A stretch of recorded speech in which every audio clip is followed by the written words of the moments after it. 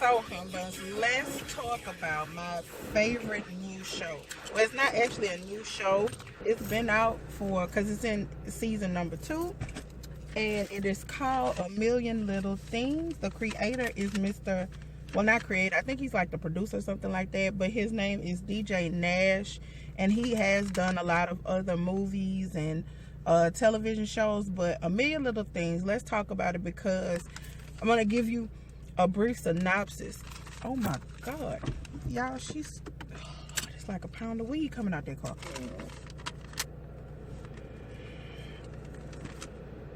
Jesus Christ. Okay, so it's called A Million Little Things, and a brief synopsis is basically it is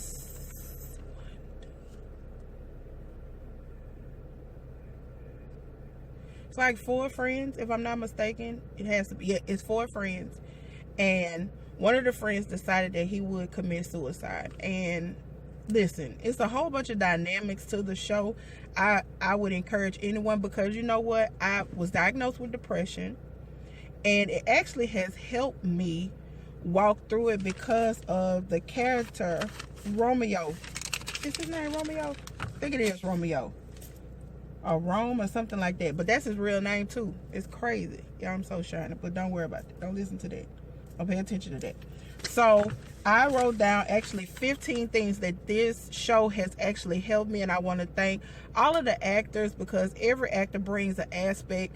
But the person that I most identify with, y'all, I'm in line to get food, of course, but the person that I most identify with is Rome, because the actual day that his friend, and let me first say, because this is a conversation that I have with my mother all the time, because it's actually kind of sort of a stigma, and that's why a lot of people do not like discussing their depression status with family and friends, is because of the judgment. But I don't care. So I will tell you that I do battle with it, but you could come to your own conclusion. Most of my family, me and my mom more so have had conversation in regard to it, because in her mind, depression is associated with suicide. And I have never ever had thoughts, and I will say that I have had days where I did not want to be here, but it's never been the point where I want to take my life so I don't be here.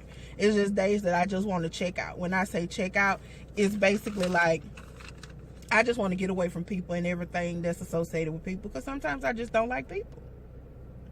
And my personality is a people person, so I think it's hard for people, especially when I tell them that I deal with depression, because I am fun Carla, but Carla does have those moments where she is not fun Carla and she just want to be left alone.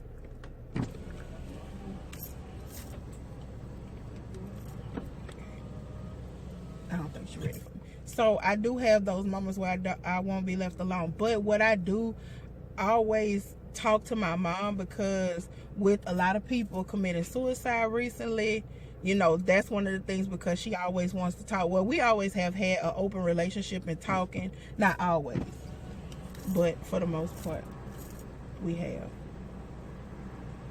When I was a teenager, it was reversed. Hey. When I was a teenager, it was in reverse. But now, because I was a daddy's girl up to high school, and then back, it was a little different. Okay. Thank you. Thank you. So it kind of changed once I got older. John still get on my nerve, and I get on his nerve, but we have a hard time because we are so much alike. That's the problem. So I'm going to give you 15 things that I actually have learned from watching a Million Little Things. The first one is, sometimes your friends treat you like family. And a lot of, when one of the main character passed away, because he passed away on the first show, but they have family, but they're actually closer to their friends than they are their family. And I like to tell people that all the time, because a lot of people do harp on me having a lot of friends. And I do have a lot of friends, and I have a lot of friends that care about me. I have family that care about me. But sometimes you're able to express things to your friends more than you are your family, because you feel like the family's going to kind of judge you. So depression, number two is depression is real. It is real. And I think until you actually get that help, you know, it's one thing to know, because like I said, I knew for a long time that I was depressed. But like growing up in the church is like, you know, you gotta pray. That's why I made the video. Sometimes you can't pray it away. Sometimes you have to actually go to a therapist. You have to go to a psychiatrist. And there's nothing wrong, because God created those people for that very reason. Thank you, ma'am. Thank you. You have a nice day too, and happy early Thanksgiving. Okay, yeah. The next one is, what's done in the dark will always come to the light. And the reason why I say that is because this, oh Jesus, y'all gonna be shaking for a little while. This actual show, it has so many aspects to it, because people were sleeping with people who they didn't have no business sleeping with. And I understand people say love is love and all. Listen, don't sleep with somebody, you know. Just tough conversations will have to be had, and that's just a fact. That's in life, you know. It's conversations that I've had with my daughter. I've had that conversation with my son about why I chose for my mother and my father to raise him at that time. But at the end of the day, he always knows that, I mean, on the birth certificate it says Carla. So I'm still your mother, and he knows that if it's anything that he needs help with or anything, he still reach out. And listen, he might call my mama, but she get hot when he say, when we somewhere, he say mama, and I'll reply, she'll say hi baby, and he be like, no, my other mama. It's funny to see other people when they react to like their other mama. They like, is she old and gay? No, she's not old and gay. She's my mother that raised my son. That's it. Okay, the next one is, don't allow anyone to sway your decisions. And it's about staying firm with what your beliefs are.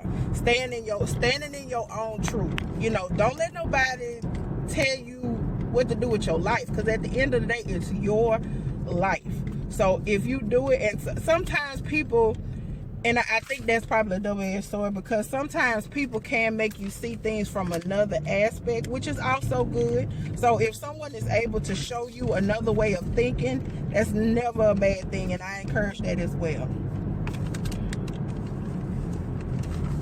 Love your loved ones, meaning that, okay, 6, love your loved ones as if you won't see them again. Listen, with the passing of my ex and the conversations that were had before his passing, I think that one is the one that that hits home for me. And I'm not gonna go delving into it too much, because I heard my voice just crack. So that's a cry trying to come out, but it's not coming out today. Not today, Satan. But the conversations that were had, and conversations that probably should have been had but couldn't be had at that time. And I will make a video on that one day too. Number 7, you are allowed to change your mind. Changing your mind is okay. All the time you will say, you know, I want to do this. Sometimes, especially with me, well, listen, I will change my mind, especially if it's doing something. I try my best to stick to it. Like if in the beginning I'm like, I'm going, but if I'm having a bad day, I try my best not to go around other people. So I think it's the beret that got me talking like that. So I won't put that energy out. I hate putting bad energy. If I'm not feeling myself that day, I try my best to tell the people that's around me like it's not a good day, because I don't want people to think that I'm acting funny or acting different with them. That's something that I've always done. Family hurt is the most painful. When I say family hurt is the most painful, I mean in the aspect of family. Jesus, family will cut you harder than a stranger. When I say family will cut you harder than a stranger, I mean it in the aspect of, baby, please don't hit my car, because you flying for no reason. Thank you. So when I say family will hurt you, the family hurt is most painful hurt. I mean that your family knows all your secrets pretty much. So they know what they can do to vex you and hit that nerve where others can't hit that nerve, because they know your history, they know your past. So you just gonna walk in front like, didn't I just say I didn't like people? And they just do stuff to further me not liking them. Okay, the next one is, and yeah, I am driving while I'm doing it, so it's probably not the best. People don't always hurt you intentionally. And I can say that I understand. People don't hurt. Sometimes it's unbeknownst to them. So I think, like I was telling one of my coworkers, you have to be vocal. Like if somebody does something that you don't appreciate, I think it always gets out of hand, because if somebody let's talk about the situation that happened at work. Somebody did something that one of the other coworkers didn't appreciate. Instead of her conversing with the person that did it, she went and told. So I feel like when you go tell people will put 1,000 on something that's not really 1,000, and the situation can turn real quick.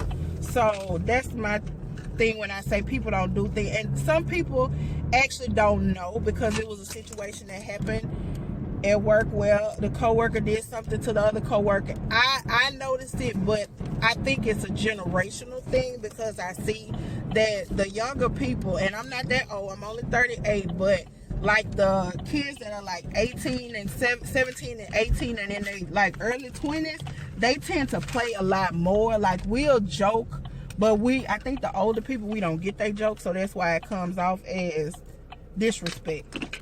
But it was disrespect what he did, but it was addressed and he proceeded on. Okay, 11 lies hurt and affect more than just one person. So when you lie, that lie turns into another lie because you try to cover up that lie. So you could try not to lie, but it ain't gonna happen.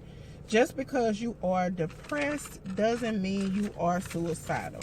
That's what I was saying with my mother, like letting her know that even though I am depressed, Hazel, I'm not about to kill myself, because she like that anyway. So okay.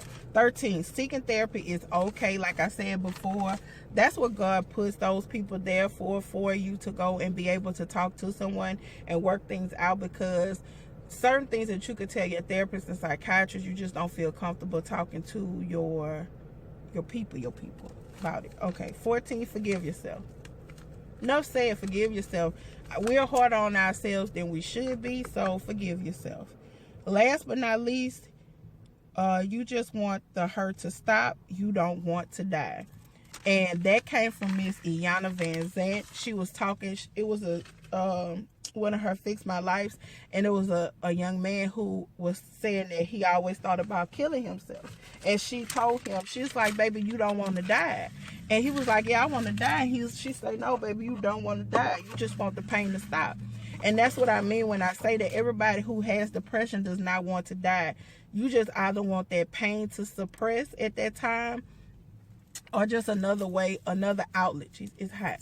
Another outlet for it. So I hope you guys got some good little quotes from the Lord, what is the name of it? I'm getting old.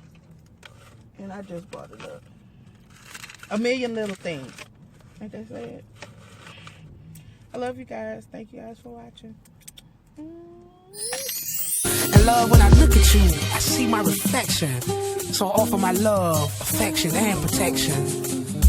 Shout it, you dead fine, but the bottom line is, you still my sister. I say you're mine, making it in my head.